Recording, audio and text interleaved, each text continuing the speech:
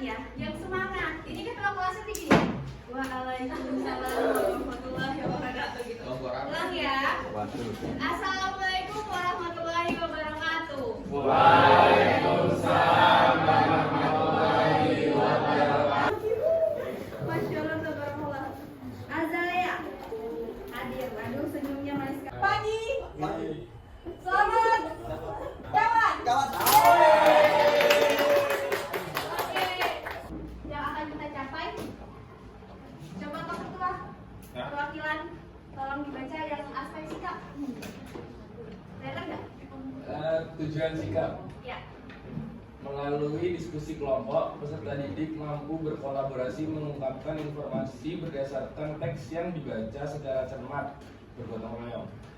Melalui diskusi kelompok, peserta didik mampu menunjukkan sikap bernalar kritis yang terimplementasi dalam kegiatan mengidentifikasi teks bacaan yang disajikan secara cermat, bernalar kritis. Ya, jadi temanya dari hari ini yang kita ambil itu penilaian bergotong royong atau bekerja sama gitu. Kemudian yang kedua ada bernalar kritis. Jadi bagaimana cara kalian menyampaikan apa yang kalian dari apa yang kalian telah ambil dari teks yang sudah disajikan oleh guru. Kemudian yang kedua tujuan pengetahuan. Boleh Mas yang kertas panas ya? Tujuan pengetahuan. Ya.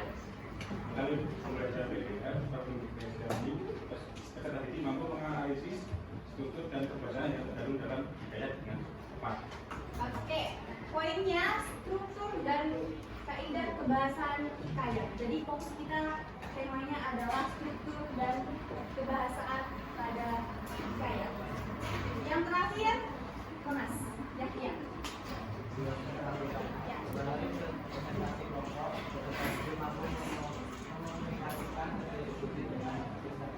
Ya, tepat sekali. Jadi mengkomunikasikan di sini adalah presentasi. Jadi setelah kalian mengerjakan LKPD, kalian bekerja kelompok, nanti akan dibagi menjadi 6 tim, di mana setiap tim beranggotakan 6 orang. Kemudian nanti ranah akhirnya bermuara pada diskusi. Diskusinya presentasi. Gitu ya. LKPD-nya ada 2. Yang pertama struktur hikayat, yang kedua kaidah kebahasaannya. Jadi kalian sudah pernah belajar tentang struktur? Belum. Kebahasaan sudah belum pas pelajaran puisi. Majas sudah pernah belum? Sebelumnya saya mau bertanya, di sini apakah ada yang suka membaca? Membaca apa saja? Membaca. Kamu bisa membaca apa? Sastra, non sastra, membaca status. Baca apa Mbak? Puisi. Tadi kamu gini. Oh enggak. Saya salah lihat. Berarti nggak ada satupun nih yang suka membaca. Atau yang sudah pernah membaca aja deh. Membaca. Pernah? Hikayat? Tidak. Pepek? Nah, ini berarti ya. Atau sebelumnya? Hikayat belum pernah, tapi pepek sudah pernah. Gitu ya. Oke. Jadi berarti hikayat ini masih asing sekali ya di dunia kalian. Tapi sebelumnya kalian sudah tahu belum struktur dari hikayat? Sudah pernah belajar? Sudah kan?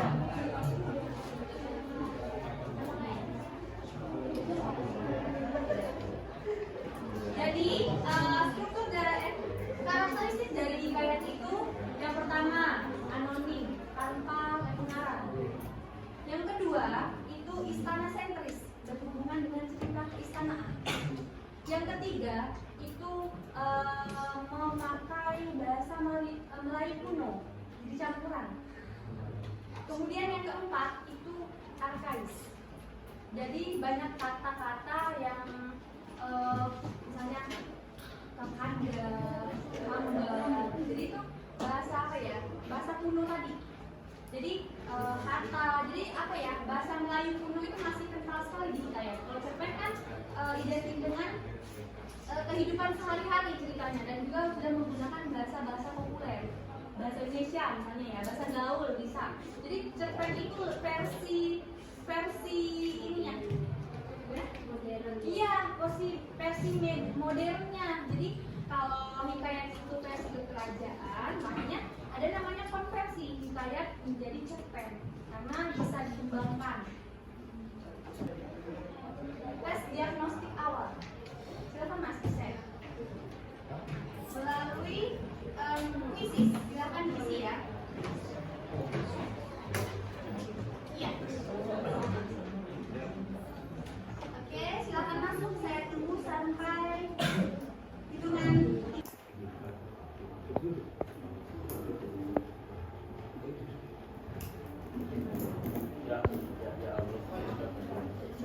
Karena kita fokusnya hari ini struktur dan pembahasan, mari kita bahas lanjut ke strukturnya. Yang pertama itu abstraksi. Jadi abstraksi ini menggambarkan gambaran awal dari sebuah cerita. Yang ini disampaikan apa sih? Jadi intro lah, ya kan lagu ini intronya abstraksi. Tapi abstraksi ini sifatnya itu iya opsional, betul sekali Mbak. Jadi kadang ada, kadang enggak, jadi tidak wajib sifatnya. Nah, yang kedua orientasi. Mbak, orientasi. Nah, tuh masuk ke pengenalan tokoh. Misalnya langsung menunjukkan Raja Hampuah misalnya atau sang pangeran. Jadi pengenalan tokohnya siapa, kemudian latarnya di mana, itu udah masuk ke orientasinya. Kemudian lanjut komplikasi. Apa sih itu komplikasi? Konflik, masalah yang ingin diceritakan dibukakan di dalam cerita itu. Jadi pastinya ya kalau cerita-cerita sastra itu baik itu cerpen maupun hikayat, novel itu pasti ada komplikasi atau masalah yang ingin ditunjukkan atau ditonjolkan di dalam cerita tersebut. Paham kan sampai sini? Abstraksi, orientasi, komplikasi? Paham? Paham? Nomornya kelamun juga. Kenapa Mas? Ngantuk ya? Mau es krim loncat-loncat gak? Mau. Oke, next ya. Kalau ngantuk saya es krimnya loncat-loncat. Tapi kalau nggak ngantuk, ya lanjut ya. Lanjut. Ngantuk? Atau mau pindah di depan Mas? Biar nggak ngantuk. Monggo Mas, monggo. Lanjut ya. Ke struktur yang keempat, evaluasi, yaitu memaparkan perjalanan konflik ini menuju ke klimaks atau mau menemukan solusinya. Baru mau menemukan, belum menemukan. Baru mau menemukan solusi, ya. Paham? Apa bedanya evaluasi sama resolusi? Kalau evaluasi itu baru mau menuju ke apa ya? Ibaratnya kita baru mau mencari deh, kira-kira apa ya opsi A, opsi B, atau baru praduga ini atau persepsi ini bisa nggak ya menjadi solusi dari masalah ini? Baru mau menuju solusi. Oke? Sedangkan resolusi itu udah pasti, udah bilang ini nih solusinya dari masalah ini. Kita pilih yang opsi A. Nggak ada lagi kita A atau B ya. Kalau A atau B itu masih masuknya evaluasi karena belum pasti, belum ketemu solusinya. Yang terakhir, ini udah ya, udah. Jadi ada kesimpulan, ada bagian apakah cerita ini bagaimana, apakah happy ending kah, apakah sedih, apa bergantung. Jadi kesimpulan dari cerita itu apa? Gitu. Bagian mananya yang menunjukkan bahwa itu udah kesimpulannya. Ada yang nggak paham dengan penjelasan saya atau terlalu cepat atau kata-kata saya rumit untuk dipahami? Sejauh ini mengerti? Keren, ada tuh kita semua. Amin ya Allah. Oke, next. Struktur udah. Kalau saya pindah slide, saya masih enggak ya? Strukturnya tadi apa aja? Abstraksi, orientasi, komplikasi, evaluasi, resolusi.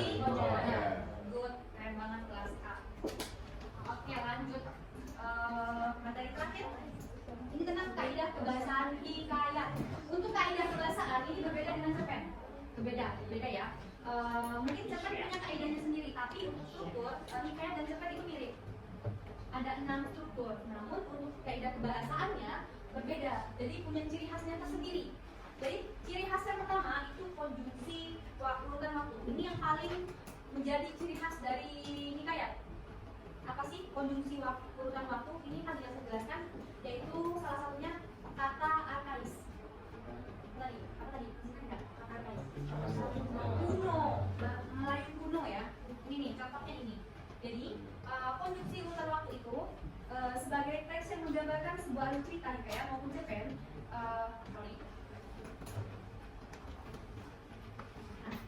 Hikayat maupun cerpen itu tidak terlepas dari konjungsi urutan waktu. Namun bedanya kalau hikayat itu menggunakan kata akaris, sedangkan cerpen itu menggunakan kata-kata populer. Nih, contohnya nih, kata akaris di hikayat misalnya Alkisah, Alkisyah, atau Alkisah. Itu kalau di bahasa Indonesia kan itu pada, kemudian bermula atau sebermula. Kalau di bahasa Indonesia kan itu awalnya. Nah, jadi perbedaan inilah yang menunjukkan ciri khas dari perbedaan hikayat dan cerpen. Asik nggak membaca dengan artian kata? Asik nggak? Asik. Oke. Jadi nanti kalau kalian baca hikayat ini akan banyak ditemukan. Nggak banyak tapi ada. Jadi itu salah satu ciri khas dari hikayat. Jadi konjungsi urutan waktu ini versi hikayat itu akan kalian temukan ini bahasa kata-kata apa di sini nantinya. Oke, sampai sini jelas tentang konjungsi urutan waktu. Nah, ini yang tadi kita tes di diagnostik awal. Oke, ada yang bertanya-tanya. Antonomasia itu apa sih? Coba dibaca semuanya ada depan. Apa itu? Benar ya mas? Jadi antonomasia ini itu majas yang menyebutkan seseorang berdasarkan ciri atau sifat yang menonjol. Contohnya, kata berapa lamanya maka istri si miskin itu pun hamilah 3 bulan namanya. Jadi si miskin, istri si miskin dia tuh nyebutin apa ya, cirinya atau sifatnya bisa dari misalnya, oh ini orang kaya, oh ini orang miskin, oh dia jelek, oh dia cantik. Jadi dia langsung bisa menyebutkan ciri-ciri atau ciri-ciri sifat. Jadi secara gamblang disampaikan, langsung disebutkan. Oh misalnya orang ini apa ya? Asik atau apatis gitu, langsung disebutkan ciri-ciri atau sifatnya. Kemudian personifikasi. Nah, ini sama saja di majas-majas puisi sebelumnya sudah kalian pelajari, sama saja. Namun kan beda penerapannya. Kalau di hikayat mungkin kata-katanya lebih panjang, kalau di puisi mungkin kata-katanya lebih singkat, sama saja. Jadi personifikasi itu perbandingan benda mati seperti benda hidup. Misalnya, tanyakanlah pada rumput yang menari. Rumput emang bisa menari? Nah, bisa ya. Jadi istilah-istilahnya itu seperti hidup, rumputnya seperti hidup, menari seperti manusia. Ya, jadi dia menari seperti manusia, seperti orang hidup. Batu menangis, bisa batu menangis, tapi kan dia menggunakan kata-kata seolah dia hidup seperti manusia. Similar. Jadi itu majas yang membandingkan ciri khasnya seperti laksana, bak. Jadi ketika kalian menemukan majas yang menggunakan kata-kata tertentu seperti laksana, kemudian seperti, sebagai, seumpama, bak, itu adalah majas simile. Jadi jangan keliru majas simile sama majas asosiasi. Kedua ini memiliki kemiripan. Jangan keliru. Keduanya memiliki kemiripan, namun kalau simile ini secara eksplisit, kalau asosiasi itu secara implisit. Misalnya, kalau simile itu hatimu keras seperti batu, jadi disebutkan nih kerasnya. Kalau asosiasi, hatimu seperti batu, jadi secara implisit, tersembunyi. Jadi dia nggak jelasin nih kenapa dia keras, kenapa dia seperti batu. Ngerti nggak? Asosiasi. Nah, kalau simile ini dijelaskan nih kenapa kamu seperti batu, apanya yang seperti batu kerasnya gitu. Kalau asosiasi itu nggak disebutkan. Misalnya, hatimu seperti batu. Misalnya, wajahmu bersinar seperti rembulan, itu kan disebutkan kenapa dia seperti rembulan, oh bersinar gitu. Kalau dia cuma nyebutin wajahmu seperti rembulan, itu asosiasi karena dia secara implisit tersembunyi, makanya kalian nggak ngerti apanya yang seperti rembulan ya gitu. Oke? Yang bingung apa ya, pemaknaan seperti ini tuh sering tertukar karena kan kita nggak mungkin hafal semuanya ya, jadi banyak-banyak membaca aja dan banyak-banyak menganalisis kata-kata. Kemudian lanjut ke bola. Ini mudah ya, kurang lebih semuanya mengerti. Ya, apa namanya? Aku membawa buah tangan untuk dia. nah itu termasuk apa kira-kira kalau ngomong? termasuk apa namanya? Metafora bukan? Iya betul, karena buah tangan itu kan umpama lain, kata pengganti dari oleh-oleh ya kan? Jadi silahkan membentuk kelompok sesuai dengan yang saya berikan. Tim ini saya bagi sesuai dengan hasil diagnostik kalian. Silakan di-scan. Oke,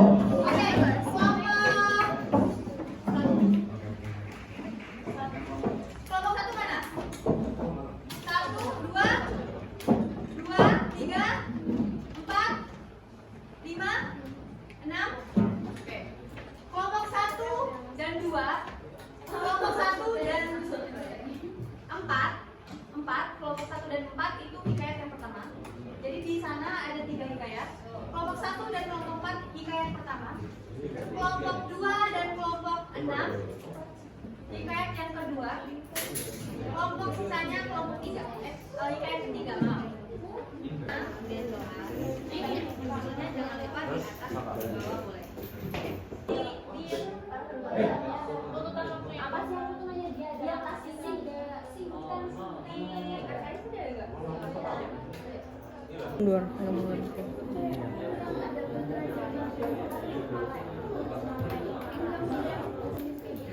Kamilah 3 bulan lamanya. Jadi kondisinya adalah dikata. Kemudian maka istrinya itu pun diamlah. Kondisi waktunya Dari hasil pembelajaran hari ini, saya rasa tujuan pembelajaran kita sudah tercapai. Yang pertama, tadi dari tujuan sikap, kalian sudah bekerja sama, juga bergotong royong, dan juga bernalar kritis, dan juga kalian menyampaikan apa yang ada di pikiran kalian. Jadi itu sudah termasuk bernalar kritis. Jadi tujuan sikap sudah tercapai. Kemudian tujuan pengetahuan atau kognitifnya, kalian sudah bisa menganalisis struktur dan juga kaidah kebahasaan dari hikayat, sudah tercapai ya. Dan juga tujuan terakhir dari keterampilan tadi, perwakilan dari kelompok